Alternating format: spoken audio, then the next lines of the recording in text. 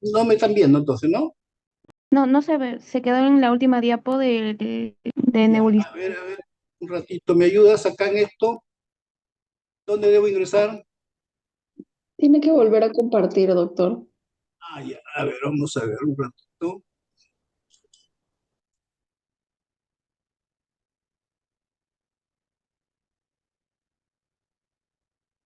Ujú. Ahora, Ahora sí, doctor. ¿sí? ¿Ya? Sí, doctor. Correcto, ya, te repito de nuevo. La oxigenoterapia, entonces, les decía, se trata de la administración de oxígeno a concentraciones mayores que las del aire ambiente, con la intención de tratar o prevenir los síntomas y la manifestación de la hipoxia. Entonces, 21% es aire ambiente, a partir de 24% que debemos soportar ya es dar oxigenoterapia, ¿no? 24% corresponde a 1 litro de oxígeno generalmente y uno va con una normotecnia. Entonces, la oxigenoterapia es un FIO2 mayor de 21%, digamos, como conclusión. Tenemos cánulas nasales en el frente del lado izquierdo y el otro es máscara, digamos. Actualmente ya no solo tenemos estas imágenes, también contamos con la cánula de alto flujo, ¿no? Como un sistema de oxigenación, la cual se ha preconizado mucho después del COVID, al ver que ya no había más ventiladores para otro tipo de administración de oxígeno en los pacientes, ¿no? Son cánulas de alto flujo que son también como una bigotera, pero la diferencia es que el flujo es mayormente, pues, pongámosles, ponerse 40, 50%, 50 litros de flujo. En cambio, con una cánula nasal el flujo es mucho menor, ¿no? ¿Cómo se administra el oxígeno? Se prescribe generalmente en litros por minuto. Puede ser en forma de concentración de oxígeno, se puede indicar expresado en tanto por ciento, como el 40%, o en forma de fracción, ¿no? Decir 40% es sinónimo o igual de decir 0,4 del aire expirado. Entonces, podemos usar 40%, podemos usar a 0,4, o podemos decir FIO2 50% o FIO2 0,4, 0,5 diré.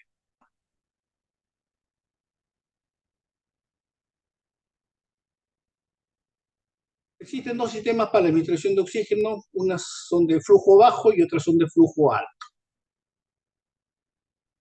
Los dispositivos de bajo flujo no aportan toda la atmósfera respirada, no aseguran niveles estables de FIO2.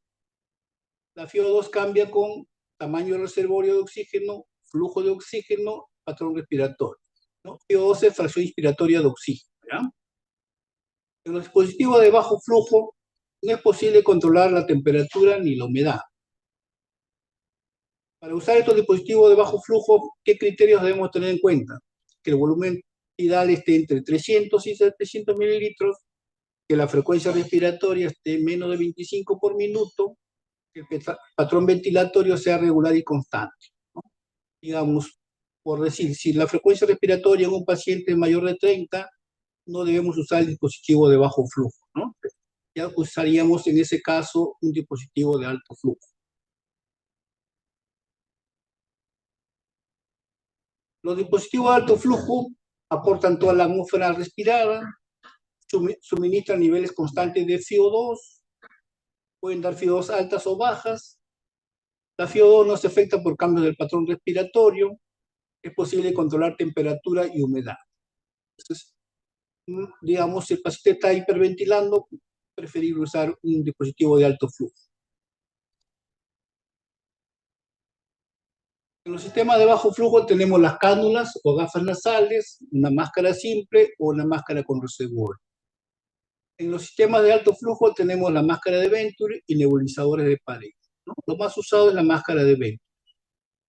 ¿Qué más usamos? Cánulas nasales, generalmente el FIO2, cuando uno usa cánula nasal, lo que uno más puede indicar a un paciente es a 6 litros, ¿no? Indicarle 7, 8 litros por cánula nasal es igual que darle 6 litros. Va a haber algunas indicaciones aparte de eso, ¿no? Ya más adelante ustedes lo van a ver, que cuando es retenedor de CO2 el paciente, en lo posible el FIO2 que deben usar es bajo. Si ustedes usan un FIO2 alto, lo más probable es que el CO2 que tenga el paciente, o sea, insuficiencia respiratoria hipercánica, aumente más bien ese problema, ¿no? Entonces, para los pacientes retenedores de CO2 se debe usar FIO2 bajo, entre 28 a 32%, digamos, de FIO2.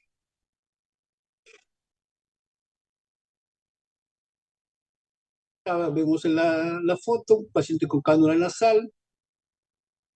1 litro generalmente corresponde al 24%, 2 litros a 28%, 3 litros a 32%, 4 litros corresponde a un FIO de 36%, 5 litros a un FIO de 40%, 6 litros a un FIO de 44%. Como acá ven, solo hasta 6 litros nomás hacen la correlación entre el flujo y el FIO2. Dar, como le digo, 7, 8 litros por cánula nasal no tiene sentido, ningún beneficio para el paciente. Este sistema de bajo flujo produce un poco trauma nasal y aprovecha la función acondicionadora del aire que presta la nariz. O sea, el paciente puede inspirar. El flujo rápido de oxígeno ocasiona la resecación o irritación de las fosas nasales. Lo seca las mucosas nasales. Si uno tiene la oportunidad de verificar el oxígeno que sale de un empotrado, digamos, de un paciente hospitalizado de la pared, van a ver que el líquido es helado, ¿no? El aire es helado, lo cual causa irritación en las fosas nasales y la cavidad orofaringea. También tenemos máscaras, ¿no? No solo la cánula nasal, ¿no? Hay máscaras de bajo flujo, entre ellas que pueden manejarse entre un FIO de 40 a 60%. Indicamos, digamos, a 5 litros le correspondería un FIO de 40%, a un flujo de 6 litros correspondería un FIO de 50%, a 7 litros por minuto le correspondería un FIO de 60%. No deben utilizarse con flujos menores de 5 litros por minuto porque al no garantizarse la salida del aire instalado pueden haber inhalación de CO2. El sistema de bajo flujo podemos usar entre 5 a 7 litros, no menos de 5 litros como dice acá esta gráfica. Son máscaras simples, ¿no? Tenemos la máscara de reservorio. Entonces, en este máscara de reservorio ya podemos llegar a un FIO más alto, ¿no? Tenemos, por ejemplo, que para 6 litros le corresponde un FIO de 60, para 7 litros 70%, para 8 litros le corresponde un FIO de 80, para 9 o 10 litros ya le corresponde un FIO de 80. Podemos usar en este sistema de bajo flujo un FIO más alto.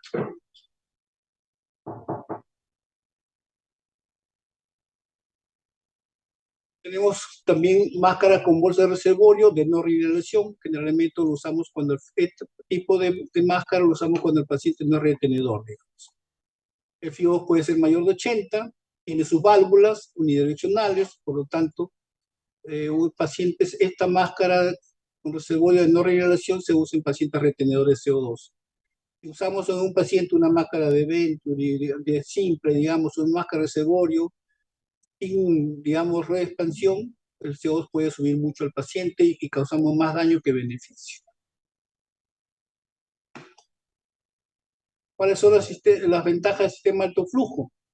La fracción inspiratoria de oxígeno es constante y predecible, la humedad y las temperaturas son controladas, la fracción inspiratoria de oxígeno y patrón respiratorios son estables, son fácilmente medibles.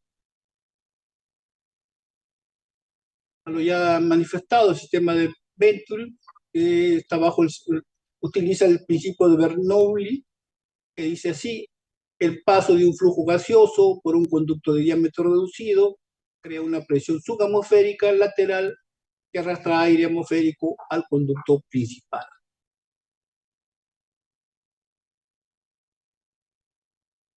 El sistema Venturi, la gráfica que les menciono,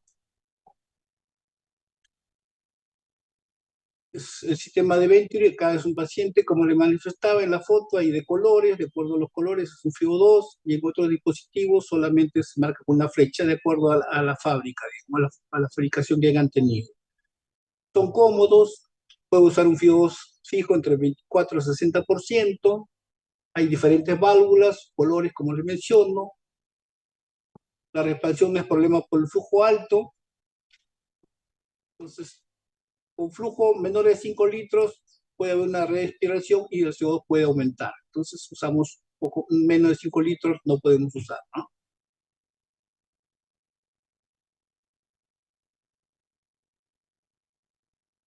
La relación acá en este caso, sistema Venturi, tenemos, si ponemos 3 litros, CO2 viene a ser 24%, para 6 litros le corresponde 28%, para 9 litros le correspondería 35%, para 12 litros les correspondería un FIO de 40%, a 15 litros un FIO de 50%. Generalmente acá, como ven una llave, esto generalmente es un paciente hospitalizado, o a veces puede estar un paciente en su casa, pero cuando usan el balón, digamos, de oxígeno para nebulizar, lamentablemente, como le digo, si usan a 6 o 8 litros, consume mucho su balón de oxígeno, digamos. En ese caso, el paciente, si tenemos que nebulizar, sería bueno que tengan su nebulizador aparte de eléctrico y a la vez, para no gastar mucho oxígeno, porque el oxígeno, un balón de 10 metros cúbicos, le puede durar sobre el paciente 3 días sin nebulizar, digamos, al paciente. Pero si nebulizamos, el consumo va a ser mayor. ¿Cuáles son los pasos del procedimiento? Conectar el medidor de flujo a la fuente de oxígeno, conectar la tuerca y la pieza anexa al medidor de flujo. Si el paciente requiere humidificación, conectar el humidificador al medidor de flujo. En los pacientes hospitalizados siempre colocamos un humidificador. Conectar la punta del vinilo brillante de los sistemas de tubo de oxígeno a la pieza anexa o al humidificador. Según las recomendaciones, ajustar la velocidad del oxígeno para administrar la cantidad prescrita. Comprobar que el oxígeno fluye libremente a través de la cánula o mascarilla. En las mascarillas que mencionamos sin respiración, la bolsa de reservorio ha de cargarse con oxígeno antes de colocársela al paciente. Cuando se utilice una mascarilla de oxígeno con bolsa, ajustar el flujo del gas para prevenir que ésta colapse. La bolsa debe estar, cuando es una bolsa que va a la cara, no debe estar colapsada, debe estar inflada, digamos así, en forma común, digamos. Colocar la mascarilla en la cara del paciente o insertar las púas de las cánulas en las fosas nasales. Controlar la mascarilla para asegurar que no se obstruyen sus salidas laterales.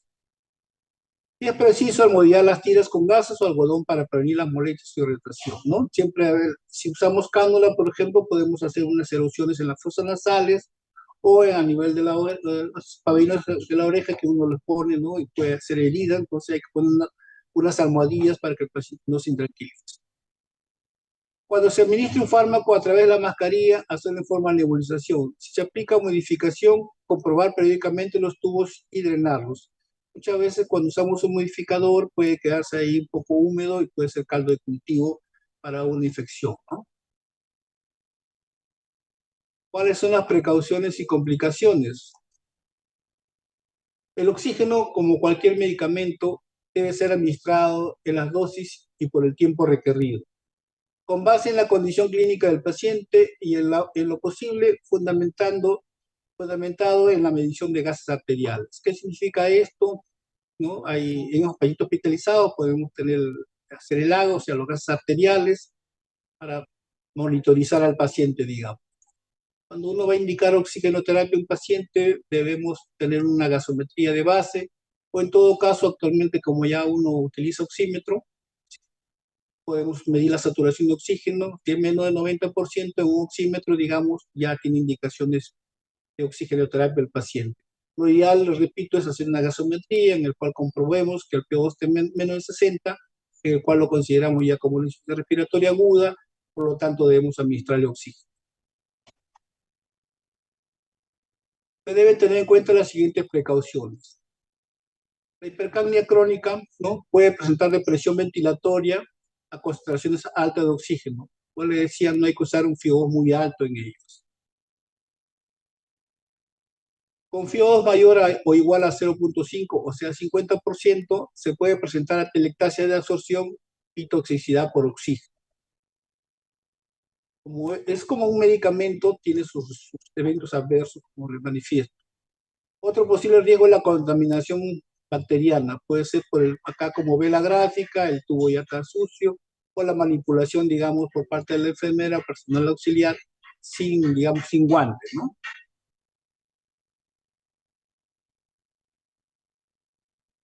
El peligro de un incendio aumenta en presencia de concentraciones altas de oxígeno. Todo servicio de urgencias debe tener... Doctor, disculpen, Sí, se diga. quedó en la diapo de pasos del procedimiento. A ver, un ratito, dígame. ¿Cuál? Se quedó en la diapo de pasos del procedimiento. Ahí, pasos. Del procedimiento, se quedó ahí, creo que era la Ya, 14. no he continuado. No, no ha continuado cuando habló, por Ahorita, a ejemplo. ver ahí, por favor, dime. Está No, en la mascarilla sin respiración, ¿se nota? no, doctor. ¿Qué pasó? ¿Por qué? ¿Ah? Sí, son dos diapositivas de paso de procedimiento. Esta es una, conectar el medidor de flujo. El siguiente paso es en las mascarillas, ¿lo pueden ver? ¿Sí? ¿Alguien más tiene problemas en ver las diapositivas? A ver, ahí lo pueden ver, precauciones y complicaciones. Sí, doctor, sí se ve. Sí, Ya, doctor, entonces yo lo puedo repito. ver. Gracias. ¿Sí? Ya, repito de nuevo, entonces quizás algo ha fallado ahí. Entonces les repito, en cuanto al problema del oxígeno, como cualquier medicamento debe ser administrado en las dosis y por el tiempo requerido, con base en la condición clínica del paciente y en lo posible fundamentando en la medición de los gases arteriales, ¿no? Gases arteriales generalmente se hacen pacientes hospitalizados o en una clínica también, como les manifestaba. Si tengo una gasometría menor de 60 de PO2, paciente está en insuficiencia respiratoria, por lo tanto hay que administrar el oxígeno. A lo ya mencionado anteriormente, la hipercapnia crónica debemos manejar con un paciente con un FIO2 entre 28 y 30%. Si le indicamos un FIO2 mayor, lo más probable es que el CO2 siga aumentando y eso sería más dañino que la hipoxemia en sí del paciente. A ver, el siguiente.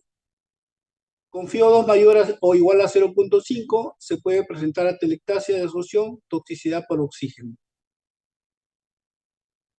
Acá le manifestaba que puede haber un riesgo de contaminación bacteriana, por ejemplo, por el balón de gas, no, balón de oxígeno diré, no bien cuidado, o para manipulación sin guantes del personal auxiliar.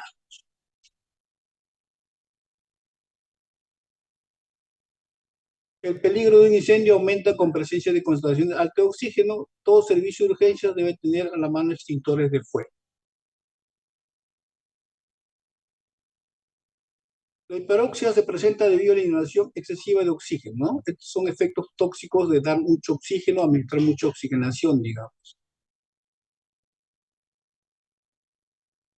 ¿Cuáles son las recomendaciones? ¿No? No administrar oxígeno al 100% durante más de 12 horas, ¿no? Generalmente uno administra oxígeno al 100% cuando uno intuba a un paciente, ¿no? Entonces lo primero que uno hace después de haber colocado el tubo traqueal, conectamos el ventilador y le colocamos al 100% de FIO2, ¿no? Entonces no debemos usar ese FIO2 100% más de 12 horas, debemos de disminuir gradualmente, ¿no? El oxígeno al 80% por más de 24 horas tampoco no es recomendable. Al 60% durante más de 36 horas no es recomendable. No es recomendable, pero uno va monitorizando al paciente de acuerdo a cada paciente, ¿no? En lo posible debemos evitar eso, pero hay momentos que un paciente que requiere 80% hay que administrar el 80%, pero no hay que monitorizarlo con la gasometría o con los, digamos, monitores. La ventaja de los monitores o el oxímetro de pulso es que podemos medir saturación, que indirectamente nos da una representación de cuánto oxígeno tiene. El problema es el CO2 porque no hay un oxímetro que te marque el CO2 y algunos, digamos, monitores no te marcan el CO2. Entonces, para el CO2, generalmente, para monitorizar el CO2, la cantidad, debemos hacer una gasometría en lo posible, helada, ¿no? La oxigenoterapia puede dar toxicidad, por decir, puede provocar traqueobronquitis, sensación de malestar subesternal, una depresión de la ventilación alveolar, que aparece cuando se elimina el estímulo respiratorio, puede aparecer atelectasia de reabsorción, que ocasiona una disminución de la capacidad vital, puede haber un edema intersticial pulmonar, generalmente esto es en exposición días a semanas, ¿no? Ese es un evento que puede darse como toxicidad al administrar el oxígeno. Y a lo que algo les he manifestado, la medición de la PaO2 o de la solución de oxígeno debe hacerse al inicio de la terapia, o sea, antes de colocar el oxígeno, un control dentro de las 12 horas iniciado, cuando es con un FIO2 menor de 40, dentro de las 8 horas de inicio con una FIO2 mayor de 40. Generalmente uno en hospitalizaciones, generalmente aparte de esto, cada vez que uno hace un cambio de FIO2, debería hacer una gasometría previa al cambio y después del cambio o la regularización, digamos, del FIO2, ¿no? un control dentro de las siguientes 72 horas en caso de que presente un infarto agudo de miocardio. Dentro de las siguientes 2 horas en pacientes con EPOC, generalmente los pacientes con EPOC son los que más hacen retención de SO2, por lo tanto se monitorizan más seguido, ¿no? Monitorizar más seguido a los pacientes. Pero neonatos hay que monitorizar entre la primera hora. Realizar ajustes en la FiO2 de los pacientes que incrementan el nivel de actividad.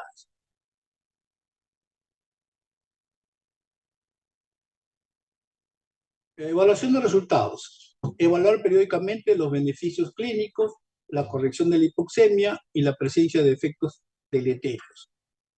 En los pacientes con EPOC agudizados se requieren 20 a 30 minutos para llegar a una situación de estabilidad luego de cualquier cambio en la FiO2. Vigilar el posible empeoramiento de la presión alveolar de oxígeno durante la oxigenoterapia. Todos los controles generalmente directos sería con el AGA, indirectamente podemos usar el monitor. ¿Alguna pregunta?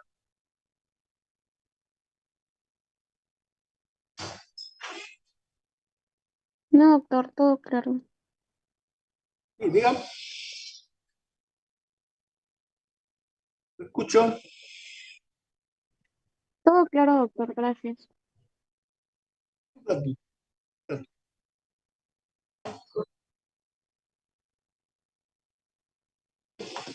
¿Preguntas?